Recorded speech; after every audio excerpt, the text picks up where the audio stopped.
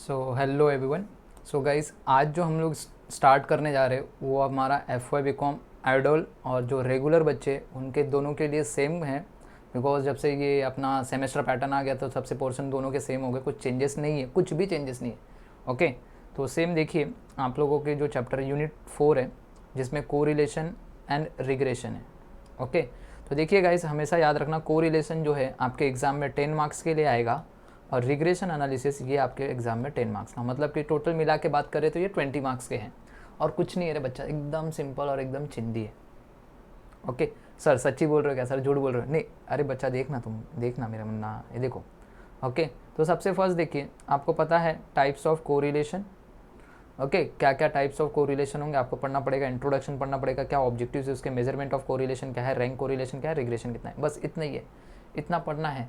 Sir सच्ची ना, because हम लोग एसपी स्टूडेंट थे, मैथ्स में तो सर समझता नहीं है सर इसके। अरे कुछ नहीं कुछ नहीं कुछ नहीं, सब समझेगा, डोंट वरी। मैं बोल रहा हूँ ना भाई, एसपी से भी इजी जाएगा मैथ्स, समझ में आया? एसपी से भी इजी रहेगा आप लोगों के लिए मैथ्स। भले से आपने 12th तक एसपी पढ़ा है ना, कोई बात नहीं। यहाँ पे देखना, आपको ना स्कोर आराम से मैं लिख के देता हूँ 95, या फिर आप पूरा के पूरे 100 मार्क्स, 95 और 100, पूरे 100 मार्क्स भी आप स्कोर कर सकते हो गाइस ईजिली। बात समझ में आ गया? तो देखिए सिंपल सा है, ज़्यादा कुछ पढ़ने की ज़रूरत नहीं है हम लोग को। सबसे फर्स्ट मैं बात करता हूँ कोरिलेशन का मतलब क्या है। कोरिलेशन मतलब क्या? को रिलेशन मतलब कि कहीं ना कहीं दो वेरिएबल, एक एक्स वेरिएबल और एक वाई वेरिएबल है, इन दोनों के बीच में क्या इंटर रिलेशनशिप है, उसी को हम लोग बोलते हैं कोरिलेशन। ओके, कोरिलेशन मतलब क्या? दो वेरिएबल के बीच में कैसा रिलेशन है।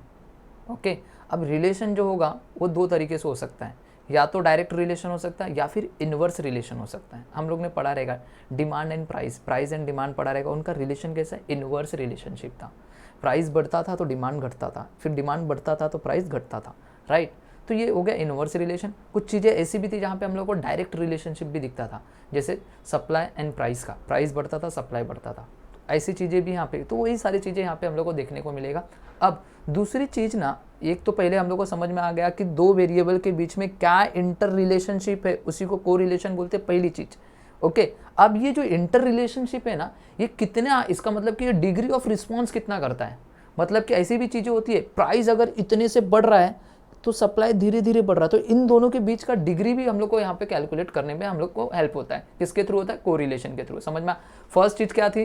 फर्स्ट चीज़ भैया, एक तो इंटर रिलेशन है किसके बीच में? दो वेरिएबल के बीच में। ओके, अब पहला तो चीज़ बताया कि दो वेरिएबल के बीच में इंटर रिलेशनशिप। अब उसके बाद हम लोग को क्या बताया कि उनके बीच का डिग्री ऑफ रिस्पॉन्स कितना है।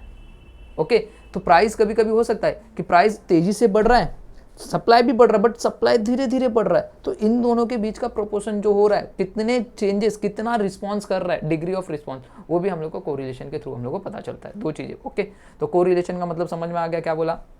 ओके, तो देखिए सबसे चीज़ें यहाँ पे हम लोग देख लेते हैं। ओके, तो देखिए सबसे फर्स्ट, टू अंडरस्टैंड, हम लोग को रिलेशनशिप पता चलता है between two relevant characteristics of statistical unit के बीच में। बात समझ में आ गया?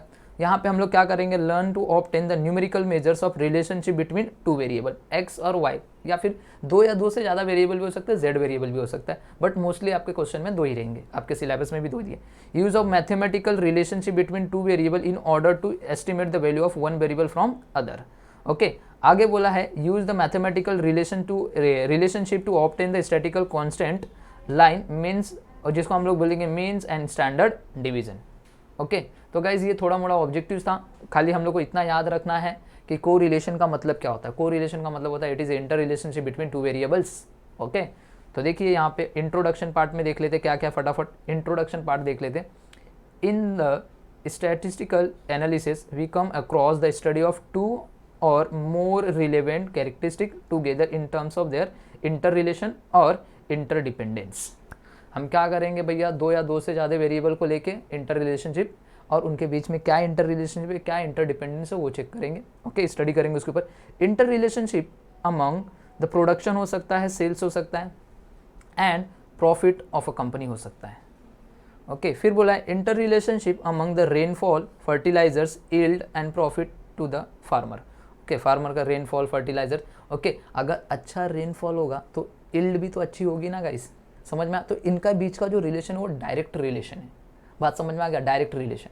ओके, अगर आपका सेल्स अगर ज़्यादा होगा तो ऑब्वियसली सी बात है आपका प्रॉफिट भी बढ़ेगा, तो डायरेक्ट रिलेशन है, तो यहाँ पे हम लोग कोरिलेशन यूज़ करते हैं। ओके, समझ में आया? तो देखिए क्या बोल रहा है, relationship between price and demand of a commodity when we collect the information data on two of such characteristics it is called as vibrate data।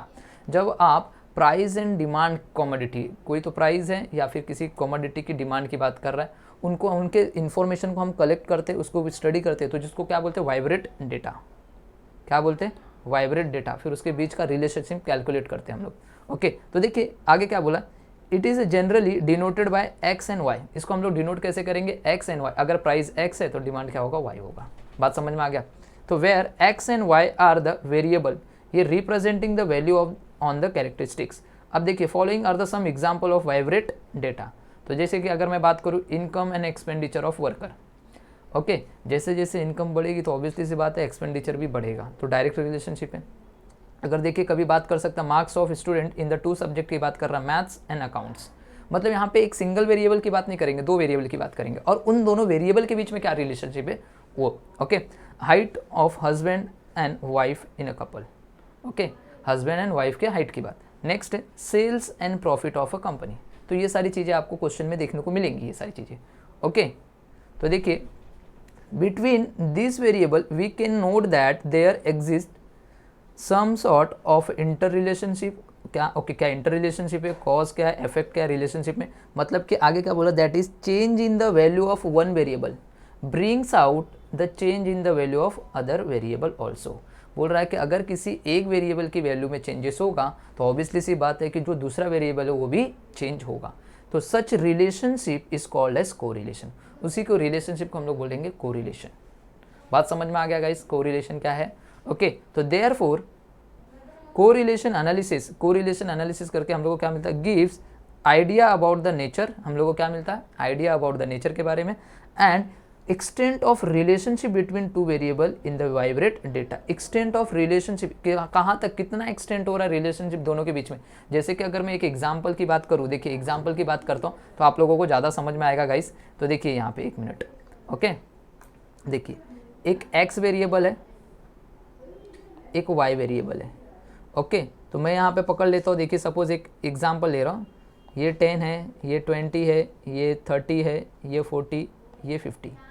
Okay, यहाँ पे मैं पकड़ रहा हूँ, देखिए y जो है 15, 20, 30, 35, 45।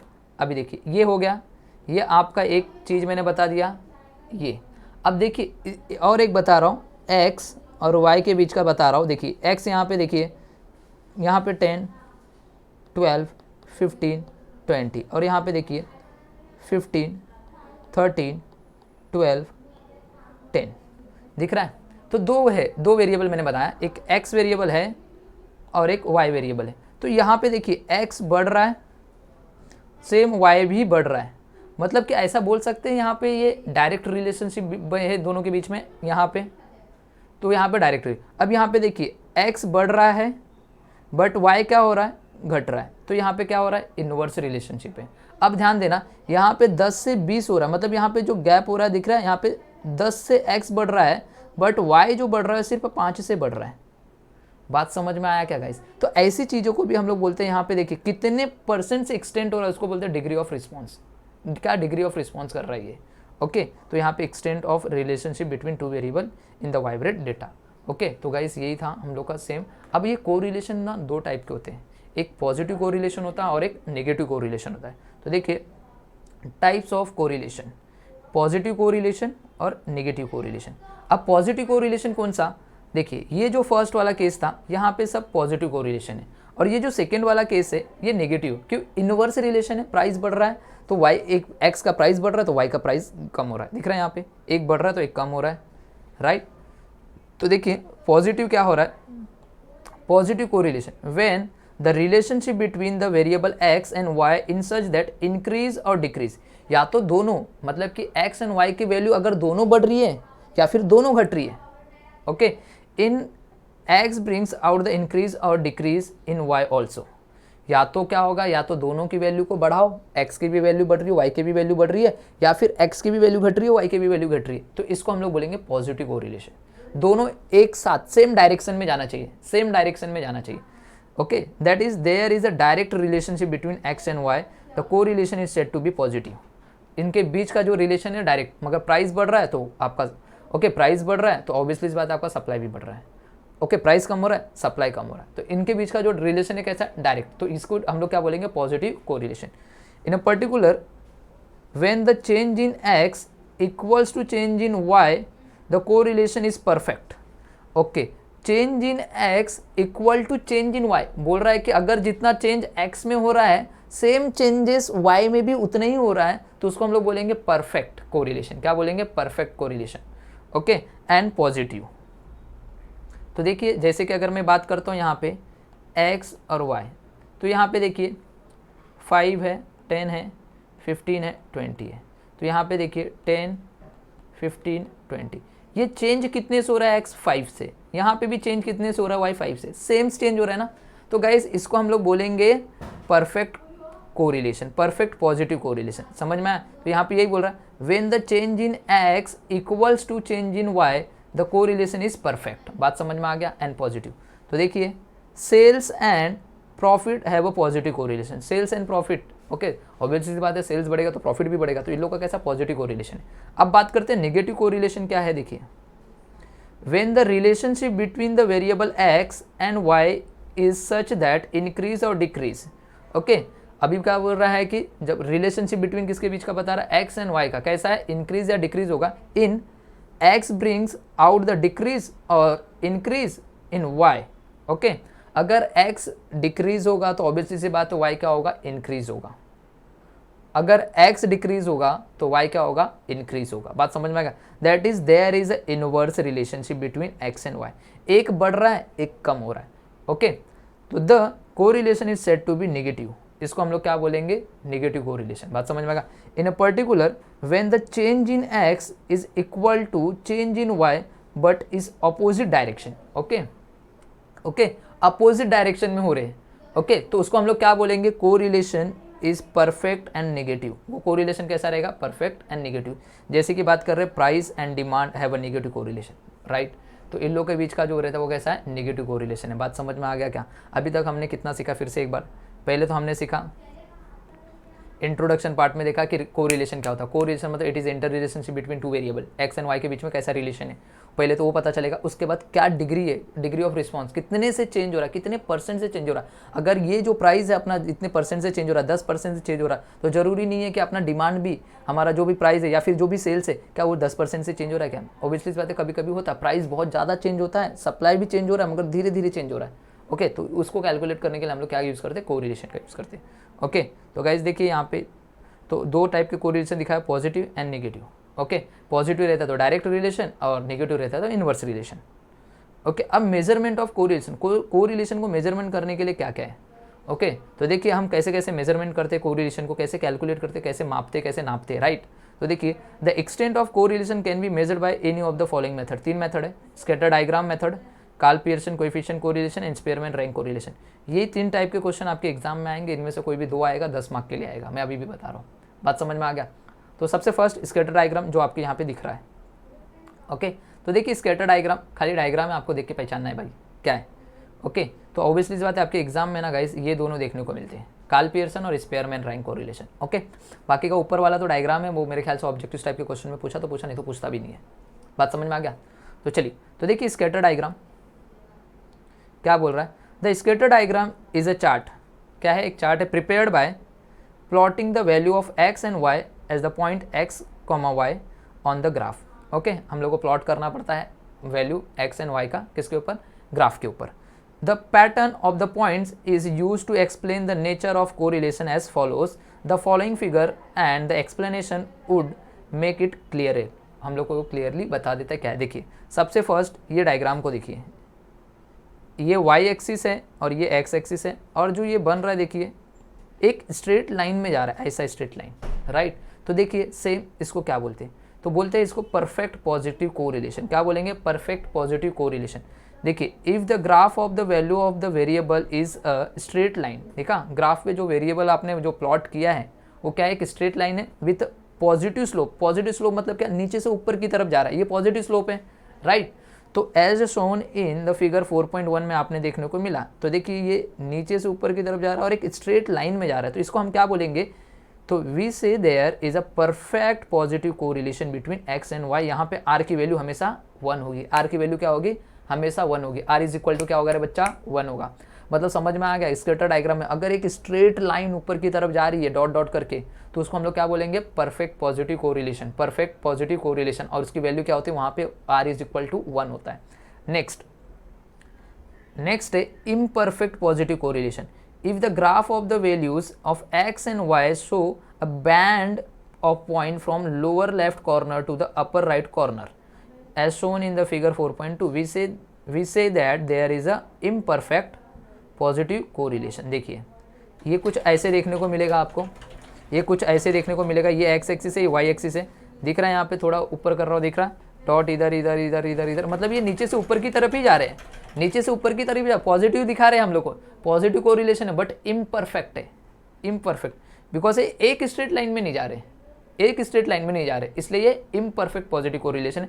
इसमें जो आपकी वैल्यूज आती है आर की वैल्यूज क्या होगी, देखिए आर जो होगा लेस देन 1 होगा और ग्रेटर देन 0 होगा।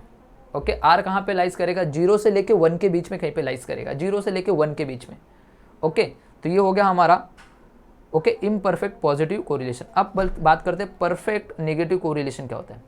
अब perfect negative correlation, if the graph of the values of the variable is a straight line with negative slope. Okay, same जैसा पॉजिटिव था वैसे नेगेटिव रहेगा, मगर वो ऊपर से नीचे की तरफ आएगा। तो देखिए ये एक्स एक्सिस है, ये वाई एक्सिस है, और देखिए एक स्ट्रेट लाइन में जो वैल्यूज है नीचे की तरफ आ रही है पॉइंट प्लॉट करके। ओके, और ये स्लोप डाउनवर्ड की तरफ आ रहा है, नेगेटिव। ओके, नेगेटिव स्लोप आ रहा है, तो इसको हम लोग क्या बोलेंगे, परफेक्ट नेगेटिव कोरिलेशन। ओके, क्या बोलेंगे, परफेक्ट नेगेटिव कोरिलेशन बोलेंगे। यहाँ पे आर की वैल्यू -1 होगी, R is equal to -1, R is equal to minus, sir R is equal to plus equal to 1 कहाँ पे होता है, एग्जैक्टली 1 कहाँ पे होता है, परफेक्ट पॉजिटिव कोरिलेशन में, परफेक्ट पॉजिटिव कोरिलेशन में। और आर इज इक्वल टू -1 कहाँ पे होता है रे बाबा, आर इज इक्वल टू -1 किस में होता है, परफेक्ट नेगेटिव कोरिलेशन में। ओके, तो देखिए अब बात करते हैं इम्परफेक्ट नेगेटिव कोरिलेशन। तो देखिए same X axis Y axis, अब यहाँ पे देखिए स्ट्रेट लाइन में नहीं आ रहा, ऊपर से नीचे की तरफ आ रहे हैं सारे, बट क्या हो रहा है, कोई कोई वैल्यूज इधर है, कोई इधर है, कोई इधर है, दिख रहा है, ऐसे आ रहे हैं। ओके, ऐसे आ रहे हैं, तो क्या बोल रहा है देखिए, if the graph of the values of x and y show a band of point from upper left corner to the lower right corner as shown in the figure 4.4, then we say that there is a imperfect negative correlation। इसकी values क्या होती है r की, यहाँ पे r is equal to, दिख रहा r less than 0 रहेगा बट ग्रेटर देन -1 रहेगा। बात समझ में आ गया। तो कहीं ना कहीं हम लोग ने देख लिया r की जो वैल्यूज है ना, r जो है वो 1 से बड़ा नहीं, 1 से बड़ा नहीं हो सकता, और -1 से छोटा नहीं हो सकता। बात समझ में आ गया। तो r जो रहेगा देखिए -1 से हमारा r बड़ा रहेगा बट लेस देन 1 रहेगा। ओके, ऐसा हम लोग बोल सकते हैं, या फिर ओके यहाँ तक इक्वल डाल दोगे तो ओके इक्वल 1 भी होता है r की वैल्यू। तो r जो होगा हमारा -1 या -1 से बड़ा बट 1 या 1 से छोटा होगा, उसके ऊपर नहीं जाएगा। अगर आपका आंसर 1.2 आ रहा है आप रॉन्ग हो, आपका आंसर -1.2 आ रहा है आप रॉन्ग हो। बात समझ में आ गया। एंड लास्ट बचा है जीरो कोरिलेशन। देखिए लास्ट है zero correlation, if the graph of the value of X and Y do not show any of the above trend. जैसे कि ऊपर का जो भी ट्रेंड था ऐसा कोई ट्रेंड फॉलो नहीं हो रहा है। एक देखिए ये कैसा है, एक स्ट्रेट में आ रहे 4 लाइनें, मगर वो स्ट्रेट में आ रही थी, राइट। इधर भी देखिए ये एक सिंगल लाइन थी, स्ट्रेट में आ रही थी, इधर 4 लाइनें थी जो भी थी वो स्ट्रेट में ऊपर की तरफ जा रही थी, और इधर ये। बट अगर इन चारों में से कुछ भी नहीं हो रहा है, मतलब कि एक ऐसा स्ट्रेट लाइन आ रहा है पैरेलल वाई एक्सिस के, या फिर एक्स एक्सिस के पैरेलल आ रहा है, या फिर कहीं पे भी डॉट आ रहा है, एक ऊपर नीचे आपको देखने को मिल रहा है, तो इसको बोलते हैं जीरो कोरिलेशन। क्या बोलेंगे, जीरो कोरिलेशन। ओके, तो देखिए यहाँ पे क्या बोला है, if the graph of the values of X and Y do not show any of the above trend then we say that there is a zero correlation. क्या है, zero correlation between x and Y. The graph of such type can be straight line perpendicular to the axis. देखा, एक straight line होगा perpendicular to axis. अभी ये जो है ये किसके पैरेलल है, वाई एक्सिस के, ये किसके पैरेलल है, एक्स एक्सिस के, और यहाँ पे तो कुछ मिल ही नहीं रहा है। Okay, as shown in the figure 4.5 and 4.6 और मे बी कम्प्लीटली स्कैटर्ड या मे बी वो कैसे भी हो सकता है, ऐसे ही हो सकता है, किधर भी होंगे, उसको हम लोग बोलेंगे यहाँ पे आर की वैल्यू जो भी होगा इज इक्वल टू 0 होगा, आर इज इक्वल टू 0। बात समझ में आ गया? ओके तो देखिए गाइस यहाँ पे हम लोग ने यही 4.5 बताया है, so that the increase in the value of y has no effect on the value of x। Okay 4.5 में क्या बोल रहा है कि increase in the value of y has no effect on the value of x। x जो है वो अपने ही जगह पे, इंक्रीज किस में हो रहा है, सिर्फ y में, मतलब कि एक वेरिएबल जो है आपका वो इंक्रीज हो रहा है, बट दूसरा वाला क्या है, एग्जैक्ट सेम है, उसमें कोई चेंजेस नहीं हो रहा है। Okay okay it is remain the same, hence zero correlation, इसको हम लोग बोलेंगे जीरो कोरिलेशन। बात समझ में आ गया? सेम द फिगर 4.6 में भी बोल रहा है, so that the increase in the value of x, आपकी x की वैल्यूज देखिए ये इंक्रीज होते हुए जा रही है, but has no effect on the value of y में कोई भी चेंज नहीं हो रहा, y अपनी जगह पे ही है, y ऊपर भी नहीं जा रहा नीचे भी नहीं जा रहा, सेम पोजिशन पे, तो इसको भी हम लोग क्या बोलेंगे, remain the same, hence zero correlation. And the figure of 4.7 so that the points are completely scattered on the graph. Okay यहाँ पे जो है देखिए किधर भी बना हुआ है, किधर भी ऊपर नीचे का ऐसा भी कुछ दिख ही नहीं रहा, कोई रिलेशन ही नहीं बता रहा है यहाँ पे। Okay and so no particular trend, कोई पर्टिकुलर ट्रेंड नहीं है, hence there is a no correlation or zero correlation between x and y. तो गाइज यहाँ पे हम लोग स्कैटर डायग्राम का पूरा पार्ट खत्म कर दिए। अब हम लोग अभी जो बात करेंगे वो बात करेंगे Karl Pearson coefficient of correlation. Okay Karl Pearson coefficient of correlation के बारे में बात कर लेते। अब इसके लिए देखिए क्या बोला है, this coefficient provides the numerical measures, ये हम लोग को न्यूमेरिकल मेजर्स प्रोवाइड करता है। ऊपर वाला क्या था, ग्राफ पे था पूरा का पूरा। Okay of the correlation between variable X and Y के बीच में। ओके क्या रिलेशनशिप है, it is suggested by the professor Karl Pearson and calculated by the formula. इनको कार्ल पियर्सन ने बनाया था, उन्होंने कुछ फॉर्मूला दिया था, जैसे कि R is equal to covariance x comma y divide by sigma x into sigma y. ये sigma x into sigma y का मतलब होता है standard division of x into standard division of y. बात समझ में आ गया? तो ये एक मेन फॉर्मूला है, राइट। अब इसको ना फॉर्मूला को उन्होंने देखिए, ये फॉर्मूले को हम लोग तोड़ भी सकते हैं, बहुत सारे फॉर्मूले बन जाते हैं। ये फॉर्मूला मेन फॉर्मूला यही है, आप इस मेथड से भी कर सकते हैं, और भी बहुत सारे फॉर्मूला हैं, मतलब कि एक ही सम करने के लिए। अभी देखिए कोवेरियंस को अपन अलग से भी लिख सकते हैं, कोवेरियंस को लिखने के 3 तरीके हैं। ओके 2-3 फॉर्मूले तो जो आपके टेक्स्ट बुक में दिखा है, तो कोवेरियंस को हम लोग देखिए ऐसे भी लिख सकते हैं और कोवेरियंस को हम लोग ऐसे भी लिख सकते हैं। बात समझ में आ गया? बात समझ में आ गया क्या? सेम कोवेरियंस को हम लोग देखिए, कोवेरियंस को कैसा ऐसा लिख सकते हैं, कोवेरियंस को हम लोग ऐसा लिख सकते हैं। ओके तो देखिए कोवेरियंस को हम लोग जैसे कि अगर मैं बोलूँ तो सेम कोवेरियंस को हम लोग ऐसे भी लिख सकते हैं, summation x minus x bar, okay y minus Y bar the whole divide by n। ये कोवेरियंस को हम लोग लिख सकते हैं, सेम कोवेरियंस को हम लोग ऐसा लिख सकते हैं। और कोरिलेशन को, कोवेरियंस को हम लोग ऐसे भी लिख सकते हैं, summation x y upon N minus x bar into y bar. बात समझ में आ गया? तो कोवेरियंस को हम ऐसे भी लिख सकते हैं, कोवेरियंस को हम ऐसे भी लिख सकते हैं। बात समझ में आ गया? दोनों का मतलब सेम है। अब देखिए, अब standard division X and standard division Y को भी देखिए, तो standard division X and standard division Y को ऐसे भी लिख सकते हैं, ऐसे भी लिख सकते हैं। ओके तो देखिए मैं यहाँ पे लिख रहा हूँ, पहला यहाँ पे अगर मैं लिखूँ स्टैंडर्ड डिवीजन का, तो यहाँ पे देखिए मैं ऐसे लिख सकता हूँ स्टैंडर्ड डिवीजन एक्स को summation X minus x bar the whole square upon N, यहाँ पे summation Y minus Y bar the whole square upon N. Okay तो स्टैंडर्ड डिवीजन एक्स को मैं ऐसे लिख सकता हूँ, स्टैंडर्ड डिवीजन वाई को मैं ऐसे लिख सकता हूँ। दिखाता हूँ, देखिए लोग ने भी लिखा है, दिख रहा है यहाँ पे दोनों को, स्टैंडर्ड डिवीजन एक्स को ऐसे लिखा है, स्टैंडर्ड डिवीजन वाई को ऐसे लिखा है, तो वही लिखा है यहाँ पे। एंड सेम हम लोग यहाँ पे और भी लिख सकते हैं, इसको इधर ले लेता हूँ ताकि आप लोगों को समझ में आ जाए। तो देखिए स्टैंडर्ड डिवीज़न, अभी देखिए यहाँ पे सेम स्टैंडर्ड डिवीज़न एक्स को दिख रहा है, ये स्टैंडर्ड डिवीज़न एक्स को हम लोग ऐसे भी लिख सकते हैं। ओके तो देखिए क्या हो जाएगा, summation X square upon N minus x bar the whole square, और स्टैंडर्ड डिवीज़न वाई दिख रहा है, ये स्टैंडर्ड डिवीज़न वाई दिख रहा है यहाँ पे, स्टैंडर्ड डिवीज़न वाई को हम लोग ऐसे भी लिख सकते हैं। तो मैं यहाँ पे स्टैंडर्ड डिवीज़न वाई को हम लोग summation Y square upon N minus Y bar the whole square दिखा। तो गाइस ये 3 फॉर्मूले हैं, 1 2 3। बात समझ में आ गया? 1 2 3 तीनों का मतलब सेम है। अभी स्टैंडर्ड डिवीज़न एक्स को आप ऐसे भी लिख सकते हो, स्टैंडर्ड डिवीज़न एक्स को आप ऐसे भी लिख सकते हो, स्टैंडर्ड डिवीज़न वाई को आप ऐसे लिख सकते हो, स्टैंडर्ड डिवीज़न वाई को आप ऐसे लिख सकते हो। समझ में आया? कोवेरियंस एक्स वाई को आप ऐसे लिख सकते हो, कोवेरियंस एक्स वाई को आप ऐसे लिख सकते हैं। बात समझ में आ गया? तो गाइस अभी तक खाली मैं आपको इतना ही बता रहा हूँ फॉर्मूला। नेक्स्ट लेक्चर में पूरे डिटेल में हम लोग सम स्टार्ट करेंगे, और सम्स किसके होंगे, सम्स पूरे के पूरे होंगे हमारे कार्ल पियर्सन कोरिलेशन के कोएफिशिएंट के, इसके। Okay, Karl Pearson coefficient correlation के, बात समझ में आ गया। तो गाइज अभी तक आपको पूरा मैंने ये डिटेल में पूरे लेक्चर का मतलब समझा दिया है। पॉजिटिव कोरिलेशन, नेगेटिव कोरिलेशन क्या होता है, उसके बाद आपको स्कैटर डायग्राम पता होना चाहिए, कब वो परफेक्ट कोरिलेशन होता है, कब वो इम्परफेक्ट कोरिलेशन होता है, मतलब कि परफेक्ट में भी पॉजिटिव कब होता है और नेगेटिव कब होता है, बात समझ में आ गया। और इम्परफेक्ट में पॉजिटिव कब होता है, इम्परफेक्ट में नेगेटिव कब होता है, और जीरो कोरिलेशन कब होता है, समझ में आ गया। तो आई होप गाइज आप लोगों को इतना समझ में आ गया रहेगा। तो अभी नेक्स्ट लेक्चर में हम लोग बात करेंगे हमारा कार्ल पियर्सन के सम्स को स्टार्ट करेंगे, फॉर्मूला और आसान से सिखाऊंगा। ये तो खाली ऊपर ऊपर मैंने खाली बता दिया कि क्या है, डिटेल में हम लोग नेक्स्ट लेक्चर में पढ़ेंगे। Okay, so bye bye and take care everyone, मिलते हैं नेक्स्ट लेक्चर में।